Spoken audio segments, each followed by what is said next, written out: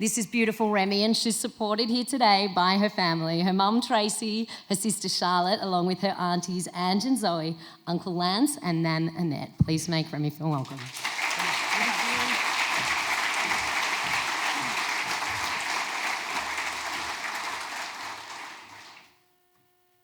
How good was that prawn entree? Okay. Good afternoon to you all. My name is Remy. I'm 18 and have been fighting a rare bone cancer called Ewing Sarcoma on and off since I was 15 years old. I was only diagnosed after months and months of excruciating and unexplainable pain in an oval-shaped lump below my right knee. It was hot to touch, pulsed and hurt even more at night. All the common symptoms, yet misdiagnosis after misdiagnosis, led to the cancer to grow, and eventually it spread to my lungs, meaning that it was stage 4. In April 2023, I was finally diagnosed after a week of tests in the Royal Children's Hospital, and I laughed when I heard the words, "You have cancer." As a young girl, I did not understand the severity of it all, but from there, chemo started immediately. I had to have a port put into my chest, that way nurses could access it by inserting a needle into my skin so I could receive treatment. At the start, the side effects were heartburn, vomiting constantly, lightheadedness, drowsiness. I felt like my head was on fire, and then my hair fell out. Chemo for me was traumatizing. I had to get my braces removed months earlier than planned to avoid any mouth sores and diseases. But the retainer triggered my nausea, so my teeth just shifted back into their original place. I started to not recognize myself. What they don't tell you about chemo, and there's a lot that they don't tell you, is how hard it becomes to do simple things like shower, and how bad it blocks your skin and makes your skin sensitive to touch, and how every bathroom trip you're expected to use a pan so the medical team can check for internal bleeding. I could go on and on about the side effects of chemo and radiation, such as having to pull out of my netball team and contact my work and then disappear from school. You also just have to wait for people to find out and then reach out, and then some never do. And having to tell your friends your own age who aren't prepared to deal with something so heavy. This resulted in a phone call ending when my friend Googled my cancer's life expectancy and thought reading out loud that 70% was a good thing to reassure me with. I realised this was impacting my life a lot more than I thought it would, and it was hard to see my friends continuing life without me. Seeing them get invited to parties and then just stop inviting me places because they assumed that I already couldn't go. I missed school and camps and my high school experience in general, and no matter how much I explained to my friends, they didn't just understand why I couldn't just come back to school. My true friends, though, took the time to learn with me and support me in whatever ways I needed, even when they were all continuing with school. As a 15-year-old and teen in general, I was one of the oldest at the Royal Children's Hospital, where some of the nurses and doctors just didn't know how to speak to me.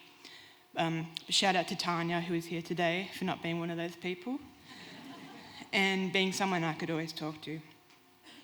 Being a teenager, it was difficult to listen in appointments, but it was good having my mum to deal with all the medical stuff so that I didn't have to worry about it. But when it came to my knee surgery to remove the tumour, I expected a short hospital stay and to be back on my feet and running by 3 months. So I was shocked to wake up to half my bones in my leg removed and not being able to run ever again or walk properly, as you can see by my cane, it's hidden. After 1 year of treatment and another year spent in remission, I was diagnosed again at the beginning of 2025. A localised tumour appeared in my rib, sending me to spiral emotionally due to my biggest fear happening after so much hoping and praying. This time I knew what to expect. I knew I hated chemo, I knew I hated surgeries, and I knew I hated losing my hair. Those months where I grew my hair out, lost the weight I'd gained during treatment, and transitioned back into school for year 12 was the happiest I'd been in years. And starting more chemo for another year at Peter Mac was a shock. I went from being one of the oldest at the Children's to one of the youngest at Peter Mac. But I liked Peter Mac for its design and how the likelihood of being stuck in an elevator with a kid asking their parents a million times, "What's wrong with her leg?" was lower than it used to be. At Peter Mac, I was introduced to the Sony Foundation Youth Cancer Centre. Whenever my parents and I had to wait for an appointment, they knew they were about to be dragged to the centre, where I borrow books and help myself to snacks, and they host pizza parties and look good, feel good sessions where I've met some great friends, and you get to meet people your own age going through something similar, and it's even a place I can get music lessons, and for me that's playing guitar and piano. Treatment only ended in November last year, a week before my 18th birthday. I had graduated. I took a road trip to Adelaide with one of my best friends. I was accepted into my dream university, the best film school in Australia, the Australian Film, Television and Radio School. I was invited to attend an Aussie women's wheelchair basketball camp at the Australian Institute of Sport, and I was learning to drive with my left foot and then got my licence. I was going to concerts and festivals, and then I finally moved to Sydney to start uni. But just a week into my first semester, I found out that the cancer was back again. Everywhere this time. I had emergency surgery to remove the tumour that was wrapped around part of my spine behind my neck and was causing me to lose feeling in my legs, back and arms by the hour. By now, I'd learned that chemo wasn't promised to keep it away and that this cancer will eventually kill me. Instead of chemo, my doctor proposed a new drug, an oral tablet that can buy me more time based on how it's impacted other patients with Ewing Sarcoma. And during all these long months of treatment, we travelled from home in Gippsland almost 3 hours all the way to Melbourne 1 million times with early appointments, and me not being a morning person, we were blessed to have been introduced to the support of You Can Stay. We were put up in an apartment during the most intense part of my treatment.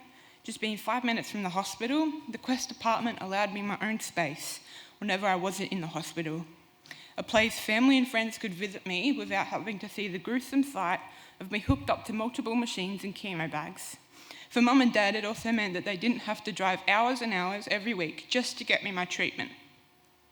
Sony Foundation having spaces for teens and youth is so important because I felt out of place as a teenager at the Royal Children's, and again as I transitioned into an adult hospital when I didn't even feel like an adult. We were forced to exist in an awkward middle space. Teens with cancer, I discovered, are very underrepresented in the media. I tried watching movies about teens with cancer or teens just living in hospital in any way, shape or form to find someone or something to relate to, but they're all based around being romantic films. Films like The Fault in Our Stars, Me, Earl and the Dying Girl, or 5 Feet Apart. And I can tell you as a teen with cancer, that was the last thing on my mind. And as a film student, being underrepresented in that area annoyed me. Being a teen with cancer isn't something to romanticise. It's depressing and dark and ages you mentally, not to mention painful, and I say that from first-hand experience. But thank you for listening to just part of my story, and I hope you all have a good day.